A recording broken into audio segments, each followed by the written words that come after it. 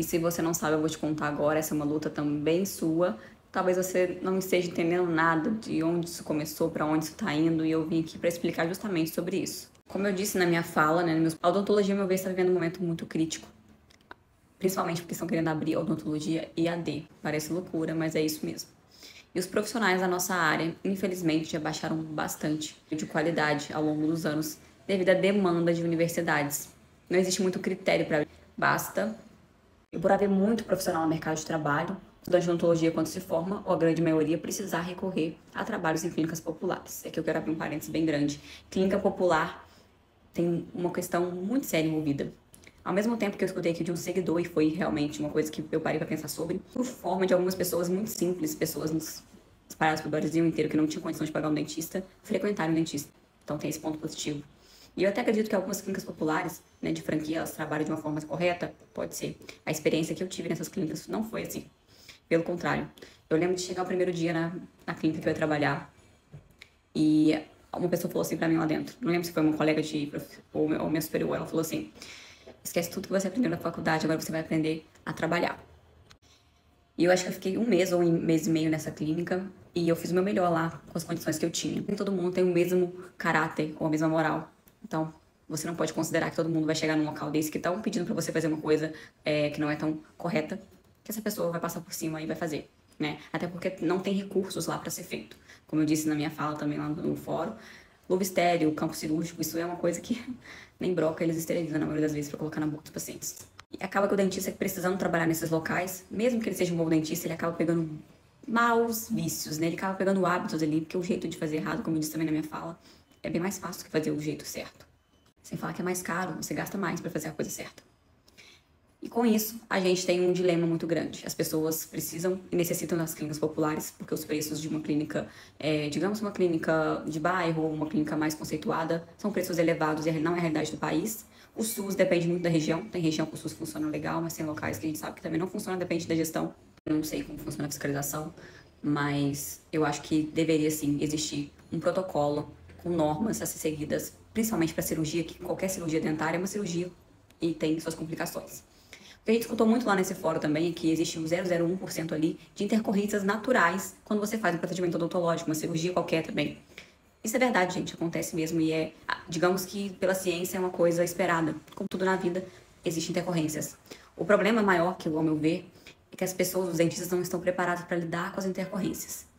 Eu escutei lá também no fórum um caso que mexeu muito comigo, de uma criança de 4 anos que foi extrair um dente descido, um dente de leite, e a dentista deixou com que ele engolisse esse dente. É realmente uma falta de sorte? Pode acontecer? Claro que pode acontecer. O problema é que a dentista não sabia fazer a manobra para poder desengasgar a criança. Então, essas pequenas coisas que estão precisando ser trabalhadas. E principalmente que haja punição quando a pessoa não cumprir certas coisas, como o uso de luva estéreo, campo cirúrgico, que parece quando as pessoas falam, né? Principalmente as autoridades falam, parece que elas vivem num mundo paralelo, assim. Porque elas acreditam realmente que em todo lugar isso acontece. Eu acho que elas acreditam. E quero acreditar que elas acham também. Mas a verdade é que não é desse jeito. A gente sabe que isso é um luxo que poucos lugares se dispõem a gastar para poder fazer o procedimento odontológico, que é extremamente importante e, como eu disse, traz segurança para o paciente. Também falei lá no fórum que há cerca de 20, 25 anos atrás, mais ou menos, eu lembro de escutar que os dentistas eram pessoas respeitadas, renomadas, as pessoas confiavam no dentista. Como que agora que a gente tem muito mais tecnologia, as pessoas estão tão inseguras de frequentar o dentista? E estou tirando isso da voz da minha cabeça, lógico que não. Estou tirando aqui os comentários que eu recebo todas as vezes que eu posto um vídeo falando sobre odontologia. De pessoas inseguras, descontentes, pessoas que não têm mais confiança em procurar um dentista. E eu faço a minha parte, eu indico, eu falo como você conseguiu um dentista, como olho no CRO, que nem isso as pessoas têm informação, infelizmente, para conseguir. Porém, é uma coisa muito mais complexa do que só vir aqui dar um recado ou falar. Precisa de ação. E a gente fala também de qualidade de universidade, existe realmente uma diferença muito grande. Eu estudei em 2 faculdades, uma no interior e uma na capital. Eu posso dizer que existe diferença sim, mas mesmo num curso onde se foi ensinado totalmente de uma forma zelosa, onde o professor enfatizou que é muito necessário ter todos os cuidados na cirurgia e seguir os protocolos, isso demanda muito o feeling e caráter moral da pessoa. E isso não pode ficar na mão de um profissional. Existe um protocolo a ser seguido, ele precisa ser cobrado e a pessoa precisa sentir que ela vai ser punida caso ela seja pega não fazendo isso. Nós precisamos levar em consideração, principalmente, que o Brasil ele é um país com muita diferença de classe social. A gente percebe que tem pessoas que conseguem pagar facilmente o valor de um carro popular para fazer uma harmonização, facetas, lente de contato. E como eu disse, de outro lado, existem pessoas que não têm condições sequer de comprar uma escova de dente. Eu mesmo presenciei famílias inteiras que escovam o dente com uma escova de dente só. E como a gente vai resolver? Como que isso vai ficar? Como que a gente vai colocar em risco, né, a vida de uma pessoa só porque ela não tem condição de pagar? Sim, o SUS deveria entrar aí com o seu papel. A gente paga nossos impostos. E realmente o plano do SUS, o projeto, é um projeto maravilhoso, mas a gente sabe que não é isso que acontece. Inclusive, eu vi um projeto não, eles já estão executando uma forma de protocolos e normas lá em São Paulo, nas UBSs de lá, que eu fiquei realmente admirada, que eu não lembro mais o nome do dentista que estava lá, e realmente eu fiquei impressionada e gostaria que isso fosse uma coisa exigida em todo o SUS. Seria excepcional se isso pudesse acontecer, mas a gente sabe que também é uma utopia muito distante. E agora ainda vem com esse papo de fazer odontologia EAD. Então, se a coisa já tá ruim, ou seja, se a coisa já tá complicada, pode complicar ainda mais. Se os profissionais já estão saindo com insegurança para fazer os procedimentos, imagina se fizer EAD. Eu acho que é um absurdo só cogitar essa hipótese, foi dito lá no fórum por várias autoridades também, que é um absurdo. Mas, infelizmente, o dinheiro hoje em dia está acima de todas as coisas. Quando se trata de área da saúde, de profissionais da saúde em todos os envolvidos, dentistas, médicos, terapeutas, etc., dinheiro não poderia vir antes das vidas, mas infelizmente vem. Como diz um amigo meu, médico, todo profissional erra, o professor erra, o mecânico erra, o médico também erra, o dentista também erra.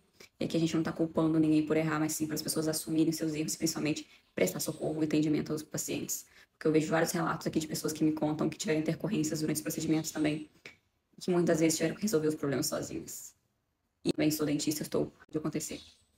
Só que eu, com certeza, teria a responsabilidade de assumir o que eu fiz, principalmente de prestar socorro e toda a atenção daquele paciente. Mas eu preciso da ajuda de vocês para que esse assunto tome mais pauta, que esse assunto seja mais falado, né? Que as pessoas que perderam seus filhos, perderam irmãos, como a gente viu no fórum lá, principalmente a mãe da Isadora, que é a protagonista dessa história, que foi a pessoa que começou todo. E ela, com toda a sua determinação, tem conseguido grandes avanços aí, pelo menos que a gente consiga colocar luz, trazer à luz das pessoas o que está acontecendo.